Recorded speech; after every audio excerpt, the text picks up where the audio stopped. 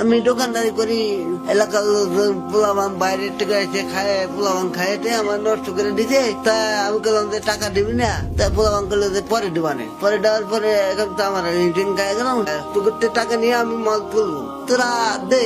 ওরা দেবো নে, কবে দিবি কয় না, নির্দিষ্ট দেয় না যে অমুক দিন দিয়ে দেবো, টাকাটা আপনি পাই দেবেন। তাই না দেওয়াতে আমি মাল টাল তুলি নাই। এই অবস্থায় মানুষের কাছ থেকে ঋণ কর্জ নিয়ে, মানুষের উপরে জুলুম করে, মানুষের কাছে ক্ষমা না নিয়ে বিচারের মাঠে ক্ষমা নেওয়ার কোনো পথ নেই।